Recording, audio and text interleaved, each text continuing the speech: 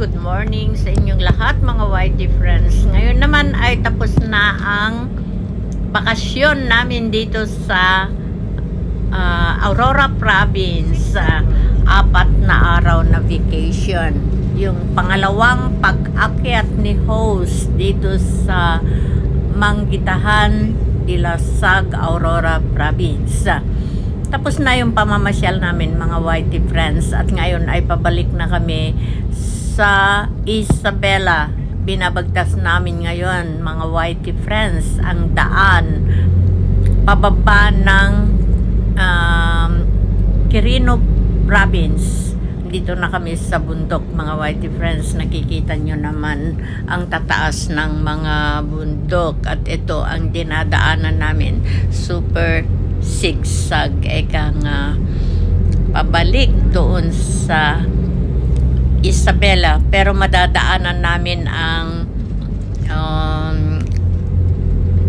Kasiguran, Dinalungan, ganyan, Dinijawan, yan madadaanan namin.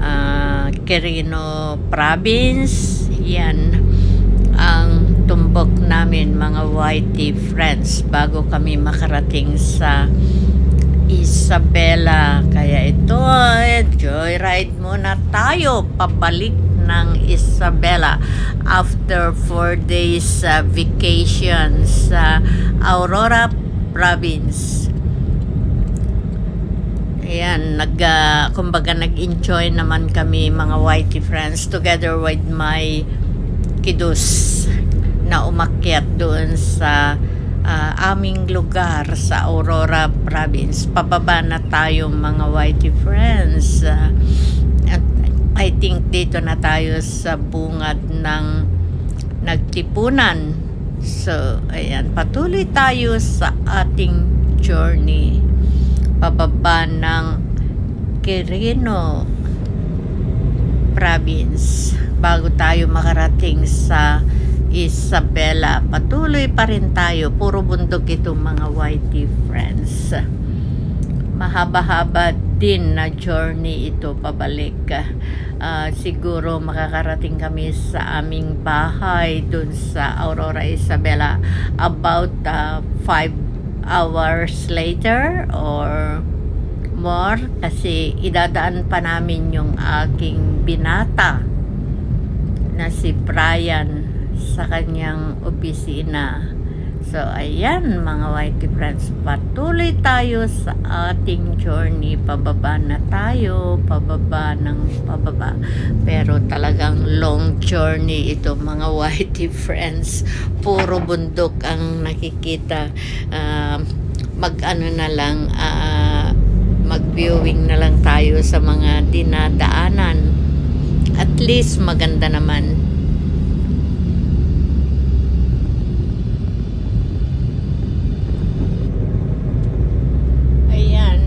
Enjoy naman tayo sa panonood sa kapaligiran. Napakagandang tanawin. Yung mga punong kahoy, very green. Tapos pag tumingin ka naman dyan sa baba, oh my gosh, tignan naman ninyo mga YT friends, ang kalikasan, likha ng kalikasan, the gift of God na tinatawag nila. Di po ba napakaganda talaga? At ito mga YT friends, at last pababa na at may nakikita na tayong mga bahay. At ito pero hindi kaya nakakatakot ang mamuhay, magkaroon ng bahay sa paligid ng bundok. Parang nakakatakot kasi hindi mo alam, magkakaroon ng flooding, yung biglang pagdating ng tubig galing dyan sa taas. Di po ba? Parang nakakatakot. Kung ako siguro, sa bagay, sa kanila, sanay na sila, so okay lang sa kanila. Napakaganda nga naman at palagay ko malamig ang maramdaman mo dito sa mga ganitong lugar, bundok, tapos ang daming kahoy, parang mas masarap nga sigurong tumira sa mga lugar na ganito. Sabihin na natin na isolated kasi bundok yan. Paano sila pupunta sa kabayanan? Kailangan may sarili silang mga sasakyan, di po ba? Kasi parang walang pampasahero yata dito. Parang ang hirap yatang mamuhay sa ganitong lugar. Pero sabi nga nila, ang mamuhay daw dito sa mga ganitong lugar ay masagana. Kasi pwede kang tanim, pwede kang mag-alaga. Kaya lang, kumbaga, hindi ka sanay sa ganito, mahirap siguro. Kasi wala kang makikitang mga pampasahero. Kanina pa natin binabagtas ang lugar na ito. Pero wala kang makita ng mga passengers sa bus o tricycle man lang. Yung pupunta baga kung saan baga ang palengke dito, siguro walang palengke. Kasi pwede naman silang mag-alaga. Ayun lang ang buhay dito. So, kung masipag ka siguro dito, makakaipon ka ng marami. Kasi nga, ayan, wala ka naman pupuntahan. May mga bahay nga dyan. Paano yung, nila, mga foods? Hindi natin alam ang buhay ng ganito. Pero, mukhang masarap tumira sa ganitong lugar.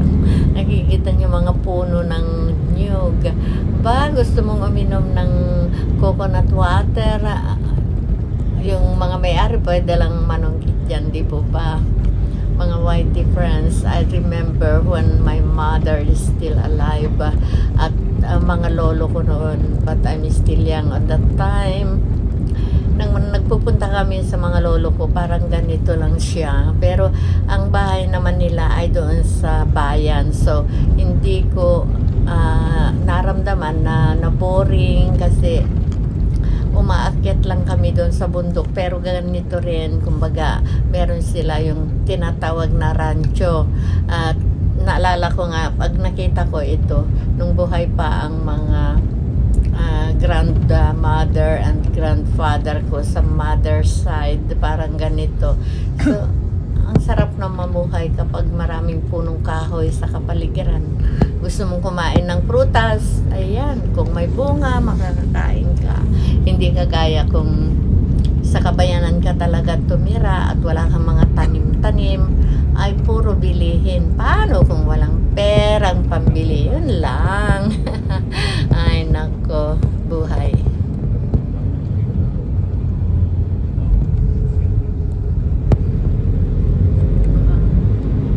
Maplak aja yung camera.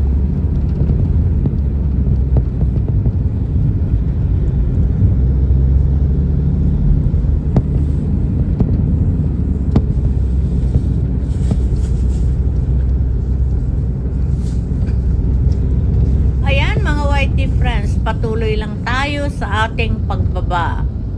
Galing ng Aurora Province. Ito, joyride pa lang tayo mga whitey friends. At ewan ko kung kailan kami makakababa dito sa bundok na ito. Akala ko kanina ay mababa na siyang talaga, hindi pa pala, nasa taas pa lang kami. Pero patuloy pa rin tayo sa ating journey.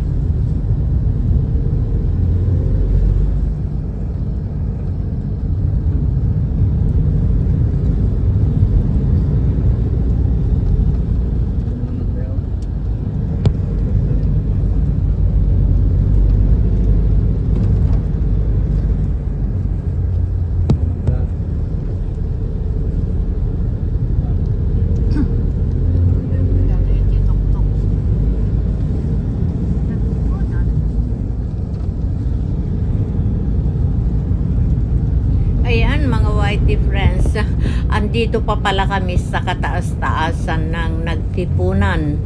Akala ko pababa na kami kanina. Wrong. Wrong pala yung pagka na-rate ko mga kaibigan, mga whitey friends. Dahil ayun pa lang yung pinaka mataas sa Nagtipunan. So, eto, patuloy tayo sa ating journey. Ayan. Ayan, after a 4 days vacation, ito na kami mga whitey friends. Pababa naman kami sa Quirino province, pero nandito pa kami sa taas. Akala ko kanina ay talagang pababa na kami na, host. Hindi ka pala sanay dito, hindi pala popular ang lugar na ito para sa iyo. Pero at last, touchdown na kami mga whitey friends. At dito na kami sa palabas naman yata ngayon ito sa anong lugar ito, parang Dinijawan pa lang, hindi ko alam. Naligaw na yata si host. Anyway, bundok yung dinaanan, pero hindi ko alam, mataas pa rin ito, hindi pa rin yung flat talaga itong lugar na ito, hindi pa rin yung ground. So patuloy lang tayo mga whitey friends, at si host trying hard na tumingin naman kung may nakalagay dyan na welcome, yung ganon, kung saan ng lugar ito. But anyway, wala pang nakikita si host na mga ganon na kumbaga welcome, yung mga ganon. So hindi rin popular sa akin ang lugar na ito mga whitey friends, kasi nga hindi naman ako lagi dito, so hindi ko alam. Ayoko naman istorbohin yung driver kasi mamaya ay cause pa ng accident, diba, pagka yung kinakausap mo ang driver. Tulog na naman yung mga angel babies ko mga whitey friend. Sukat ba naman yung 4 days na holiday namin ay talaga naman sulit. Halos hindi sila matulog sa gabi. Kaya ayan, tulog na antok naman sila ngayon. Nakatulog na nga, hindi lang antok na antok ka. Tulog na sila.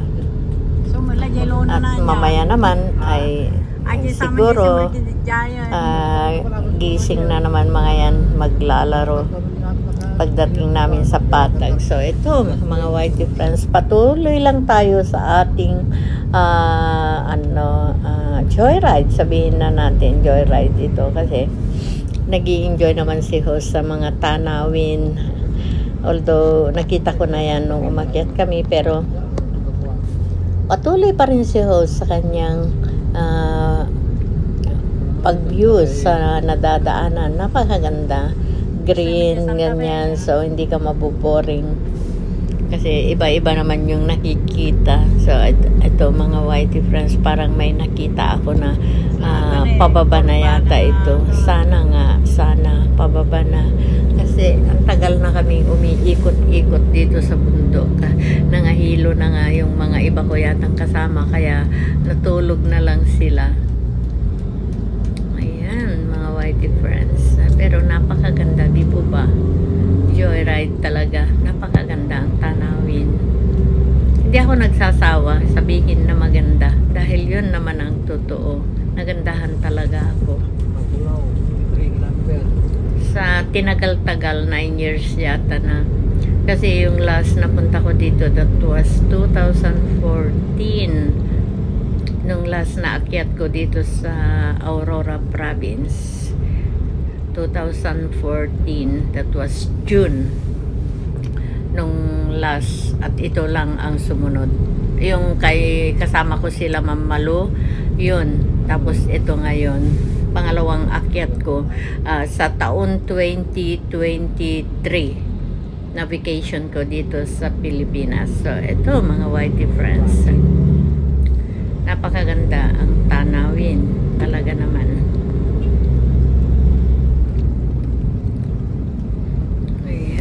Patuloy tayo sa ating journey. Maraming salamat mga whitey friends sa inyong pagsama kay host dito sa joyride namin nga pababa galing sa Aurora province. Thank you very much. I love you all. Bye.